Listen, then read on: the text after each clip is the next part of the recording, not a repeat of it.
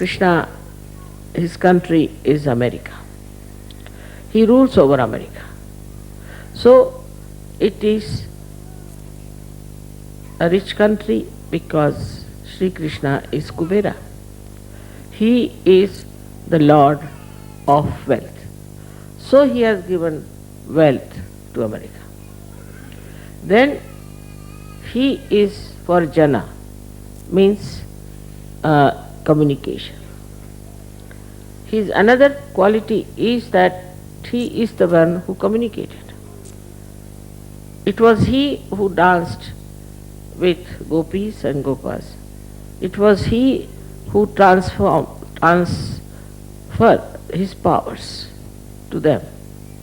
So the communication part is one of his greatest qualities that is working in America. So they are going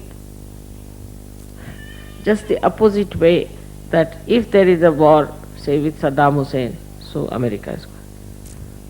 If there is Korean war, America is going.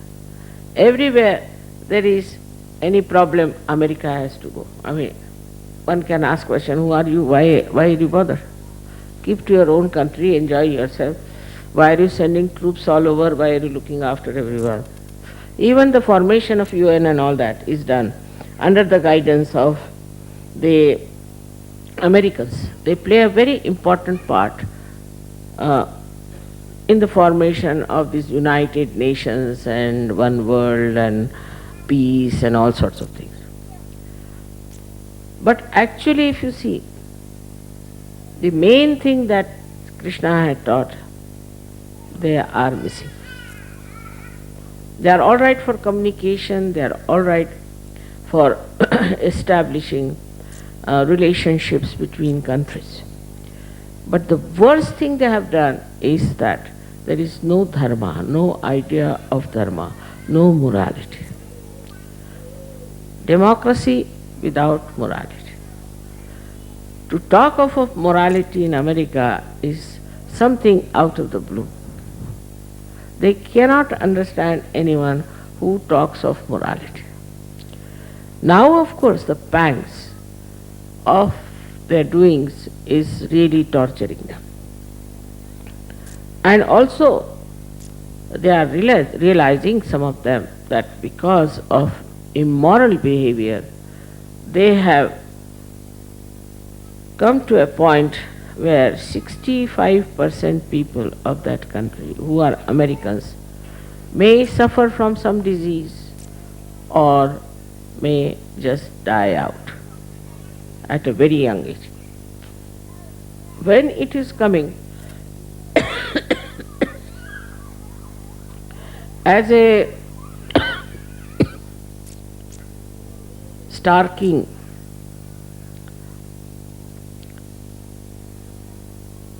information, it's a shock.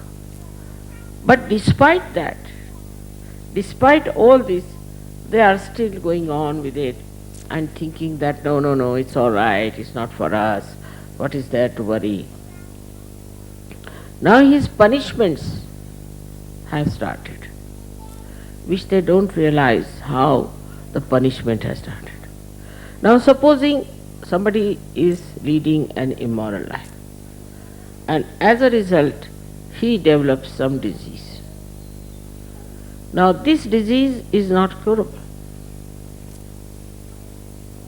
They try everything to find out the ways and methods of curing these diseases which are coming out of immoral living. They cannot. It's an impossible task for all the medical sciences of America to find out how to cure these particular diseases which are coming out of immorality.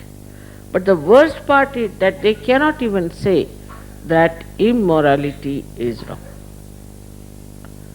They cannot even openly admit that immoral behavior leads to these things. And this immorality is completely neglected in a country of Shri Krishna where he was born.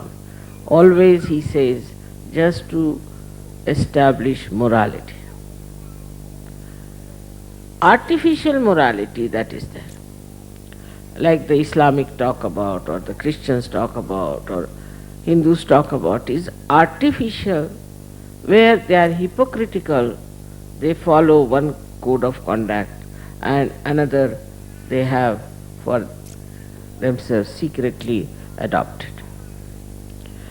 But America is an open thing. Whatever they are doing, they are not hiding it. They say we don't believe in hypocrisy. So they are not hiding.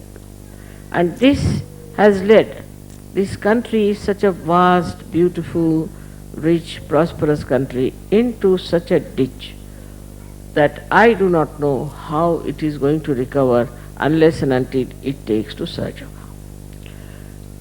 Now, another thing, what dharma does to a normal person. A dharmic person is one who is always introspective by nature. He tries to see, am I doing things all right? Is it correct? He doesn't allow his mind to justify wrong things.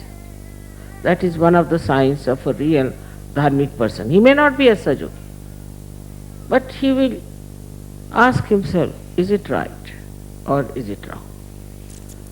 But that capacity is completely gone in America.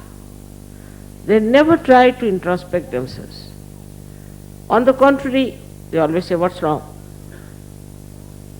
Those people who go on like this will definitely fall into a mess of things that will have no moral conduct, moral guidance. It is introspection which gives you an awakened conscience which tells you this is wrong. They may be guided in one part.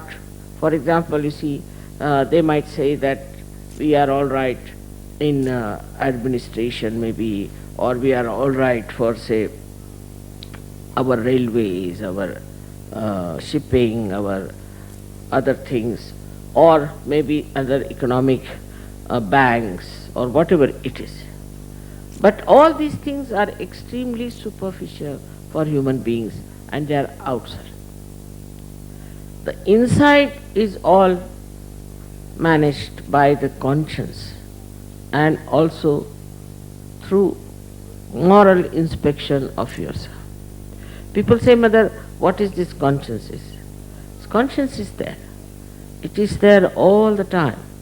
But a person who has to be conscious about it. I have a conscience. And this conscience has to answer. That conscience that is within us is the light of Shri Krishna within us even before realization. As you know, the ascent takes place of Kundalini through the Sushumna, which is guided by Mahalakshmi. She is the power of Shri Krishna. By listening to your conscience, you develop a proper channel of Mahalakshmi within yourself. But the people who have no conscience, in a particular line it's not so. It is in every line, in every way. Otherwise, one chakra will be all right, another chakra will be in jeopardy. So the conscience has to be referred to, which is beyond rationality. It is not rationality. Something may look like rational, to kill somebody or to snatch somebody's money or to grab somebody's land, may seem. But conscience will tell you that this is not right. At a time when people invaded so many countries and tried to overpower them, it was America, which was the only country, you must understand, never went out of their bounds to become empires. It's very surprising what kept them there. Because at that time when all this nonsense was going on all over the world, and that era when people didn't mind subjecting other people, taking away their lands and becoming this thing. America had stopped at that time. Before doing that, they had done once for all. They had occupied the area, they became the landlords, they became this. Of course, they were foreigners. But after having done that, the era when people started expanding their empire, they did not do it. Now, what is the reason why they didn't do it? We should ask a question. When others were expanding their empires, why did not America do it? The reason is very simple. At that time, some great people with great conscience were born in that country. And they guided that country. Like you can say, Washington was there. Of course, there were so many people whom if I name, there will be a big list of those people. But if you see their character, their life, the way they live, Abraham Lincoln, if you see his life, full of conscience, full of conscience. And they didn't allow the nation to be drifted away to the ambition of gathering other countries and making them their slaves, and this they didn't do. So in the first place, when I should say Columbus went there, conquered them and tried to, actually he didn't do much, but Spanish and then others and then Anglo-Saxons, all of them, when they conquered that country, once they settled down there, as if that era was over for them, once for all. And then they started talking about freedom, of democracy, of higher values. But the karmas of their past, the way they killed so many aboriginals, so many Red Indians, will not be forgiven by Shri Krishna, unless and until now they take to Saja. Despite that time when they did not try to overpower other countries and to spread their empire and do all kinds of cruelties like Hitler, they didn't do that. And they always stood for something that is justice, tried to, at least, then they become hypocritical also. But on the whole, on the face of it, they tried to show that they are for uniting the whole world. They against racialism, against fundamentalism, all this, this some sort of an idealism they propagated. But despite all that, all these ideas of self-destruction started working in them. So, I would say it is nothing but their karmas are working against them. And that's how the violence is so much rampant there. So many diseases, so many things. It is very remarkable that all these troubles have started very, very recently in America. Because the exposure is coming up. To add up to that, we had lots of false gurus who went there and captured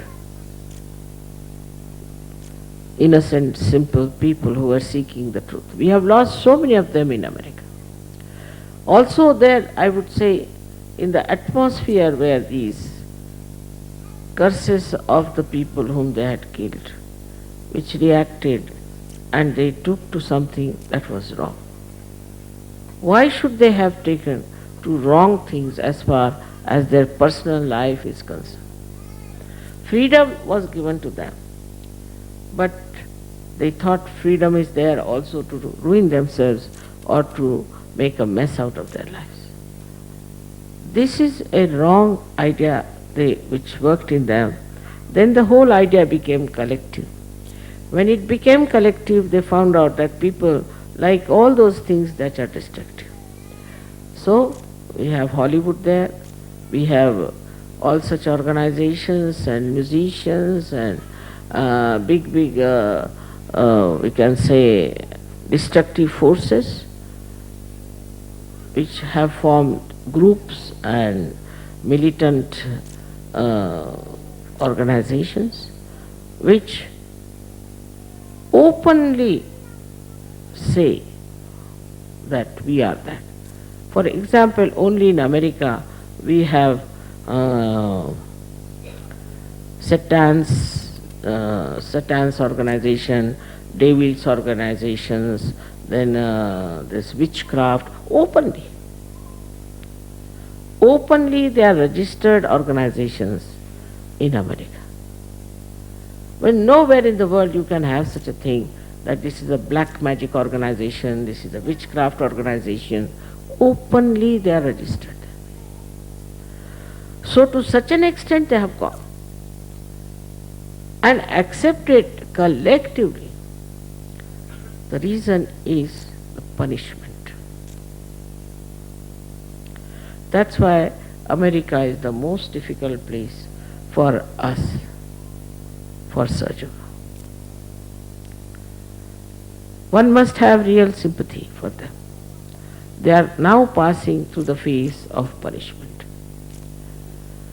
Because their forefathers did all kinds of wrong things, and they too never accepted dharma as a principle of life.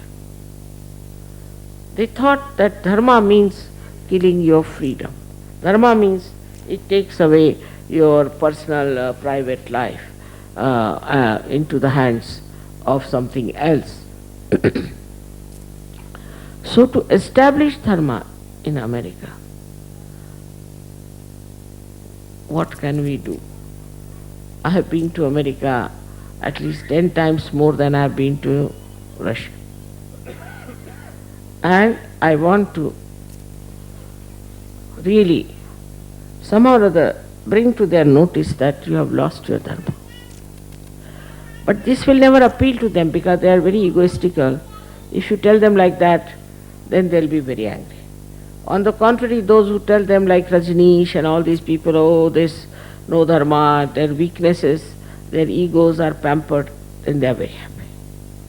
So it's a difficult task in that country to make people understand that you are under punishment.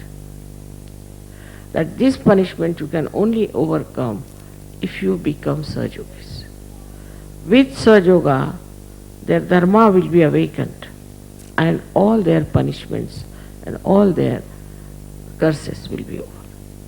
It is America which needs Sahaja Yoga much more than any other country. My concern for America is for the same reason. I am not saying so much about South America, but more about the North America. But even